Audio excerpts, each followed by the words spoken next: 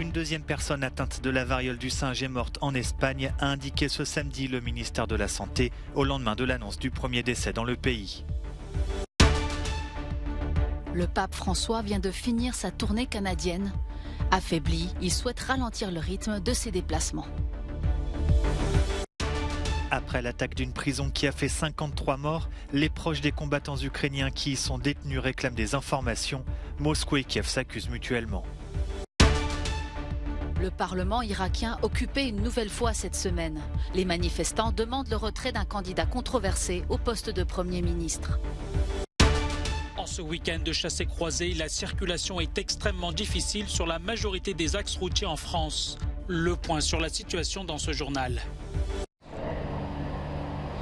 Une deuxième personne atteinte de la variole du singe est morte en Espagne, a indiqué ce samedi le ministère de la Santé, au lendemain de l'annonce du premier décès dans le pays d'une personne infectée par ce virus. Avec plus de 4000 cas, l'Espagne est l'un des pays qui compte le plus grand nombre d'infections recensées. 120 personnes y sont actuellement hospitalisées. Au total, 8 décès ont été enregistrés dans le monde depuis le mois de mai. Les 5 premiers en Afrique, le 6e au Brésil ce vendredi. Alors que l'OMS a déclenché la semaine dernière le plus haut niveau d'alerte, les vaccinations ont débuté dans plusieurs villes, comme ici à Paris. Également touché par le VIH, un patient londonien raconte comment les symptômes sont apparus. Les lésions ont commencé sur mon nez seulement, dit-il. Je n'en avais pas jusqu'à ce que je sois admis à l'hôpital et que je commence à prendre des antibiotiques et du paracétamol. C'est arrivé quelques jours après. Puis des lésions sont apparues sur mes mains, sur mes pieds et sur mes jambes. Les hommes ayant des relations sexuelles avec des hommes relativement jeunes et vivant en ville sont particulièrement touchés par ce virus. Attentif, mais affaibli. Le pape François a passé la quasi-totalité de son voyage apostolique au Canada en fauteuil roulant, une première pour le souverain pontife de 85 ans. Diminué par des douleurs aux genoux, il confiait vouloir réduire le rythme de ses déplacements sur son chemin du retour. Je ne pense pas que cela puisse continuer au même rythme qu'avant. Je crois qu'à mon âge, avec cette blessure au genou, je dois me préserver un peu pour pouvoir servir l'Église. Ou sinon, penser à la possibilité de se retirer. Ce n'est honnêtement pas une catastrophe. Vous pouvez changer de pape. Il n'y a pas de problème à le faire. Mais je pense que je dois limiter un peu mes efforts.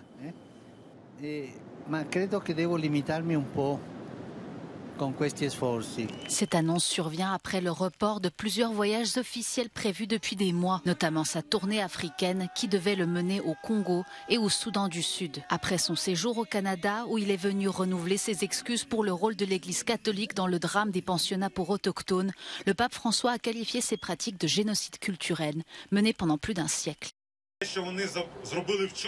Au lendemain de l'attaque d'une prison qui a fait 53 morts et 75 blessés dans la région séparatiste de Donetsk, des parents de soldats ukrainiens capturés ont organisé une manifestation à Kiev. Ils exigent des informations sur la situation de leurs proches. Mon fils est en captivité. Mon fils se trouvait là. Je ne sais pas comment il va. Où il est, s'il est vivant ou non. Je n'en sais rien. C'est horrible. Perdre son enfant est la plus grande des pertes pour une mère. Parmi les soldats ukrainiens détenus dans la prison d'Olenivka, des combattants du bataillon Azov qui ont longtemps défendu la ville de Mariupol. Alors que Moscou et Kiev s'accusent mutuellement d'être responsables de cette attaque, un tweet de l'ambassade de Russie au Royaume-Uni a mis le feu aux poudres. Il y est indiqué que les combattants d'Azov méritent une mort humiliante et doivent être exécutés par pendaison. Le porte-parole de la diplomatie ukrainienne, Oleg Nikolenko, n'a pas tardé à réagir, estimant que les diplomates russes qui appellent à l'exécution de prisonniers sont complices de ces crimes de guerre. Une foule remontée à bloc qui force son chemin dans la zone verte ultra sécurisée de Bagdad. Pour la deuxième fois en quelques jours, les partisans de l'influent leader politique chiite Moqtada al-Sadr ont envahi le parlement irakien. Ils réclament le départ de Mohamed Shia al-Soudani, ancien ministre proche du gouvernement actuel, candidat de l'opposition au poste de chef du gouvernement. Le courant de Moqtada al-Sadr, figure du chiisme persécuté sous le régime de Saddam Hussein, le considère comme corrompu et n'a pas hésité à revendiquer son désaccord en occupant une première fois la zone verte mercredi dernier. En Irak, l'impasse politique est totale, 10 mois après les législatives d'octobre 2021. Les tractations pour former un nouveau gouvernement piétinent sur fond de marchandage en coulisses et querelles entre les barons locaux qui dominent la vie publique depuis la chute de Saddam Hussein en 2003. Une inertie que le mouvement de Moqtada al-Sadr compte bien briser. De nouvelles manifestations sont attendues dans les prochains jours.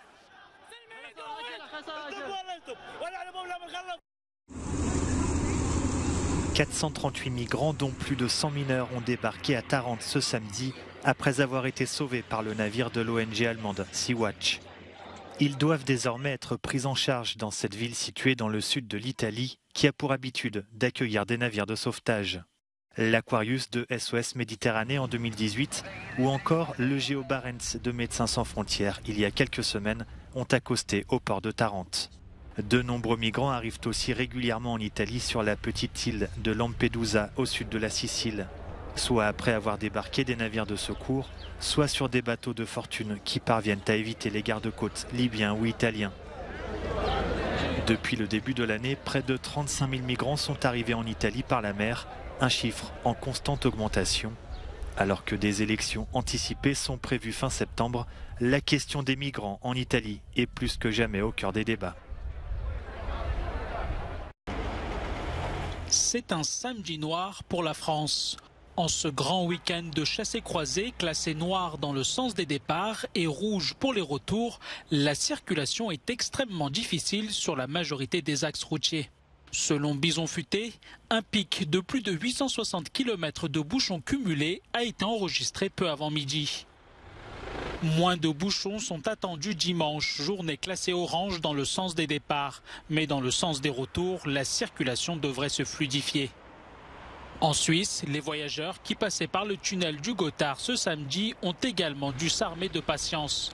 Des bouchons jusqu'à 20 km se sont formés ce matin à l'entrée du tunnel à cause de l'incendie d'un véhicule en fin de nuit. Avec la hausse des prix du carburant, la fréquentation des trains est partie pour battre un record cet été en France. La SNCF attend 1 million de voyageurs dans ses TGV et intercités en ce week-end de chassés-croisés. Mais train à grande vitesse ne veut pas toujours dire rapidité. La circulation des Thalys entre la France et la Belgique a été interrompue vendredi à cause d'un choc avec un animal. Des milliers de passagers sont restés bloqués dans des trains jusqu'à tard dans la soirée. Une fumée noire visible à des kilomètres. Depuis le début de l'été, les incendies ravagent des hectares de forêt partout en Europe, mais aussi dans le Caucase. À cheval entre le Moyen-Orient et l'Europe, la Géorgie est le poumon vert de cette région.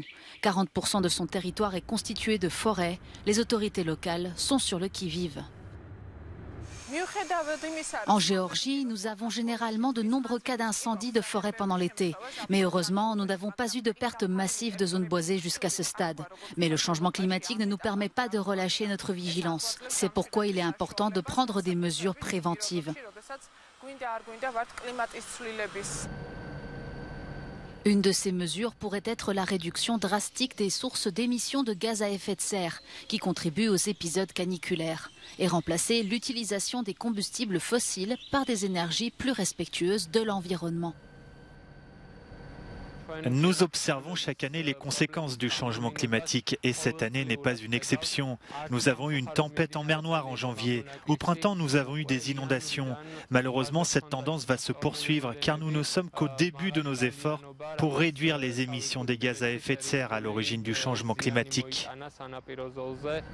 En Géorgie, les incendies sont principalement causés par l'homme. C'est pourquoi, lorsque la température monte, les spécialistes de la protection de l'environnement conseillent à la population de redoubler de vigilance après des pique-niques ou des balades en forêt.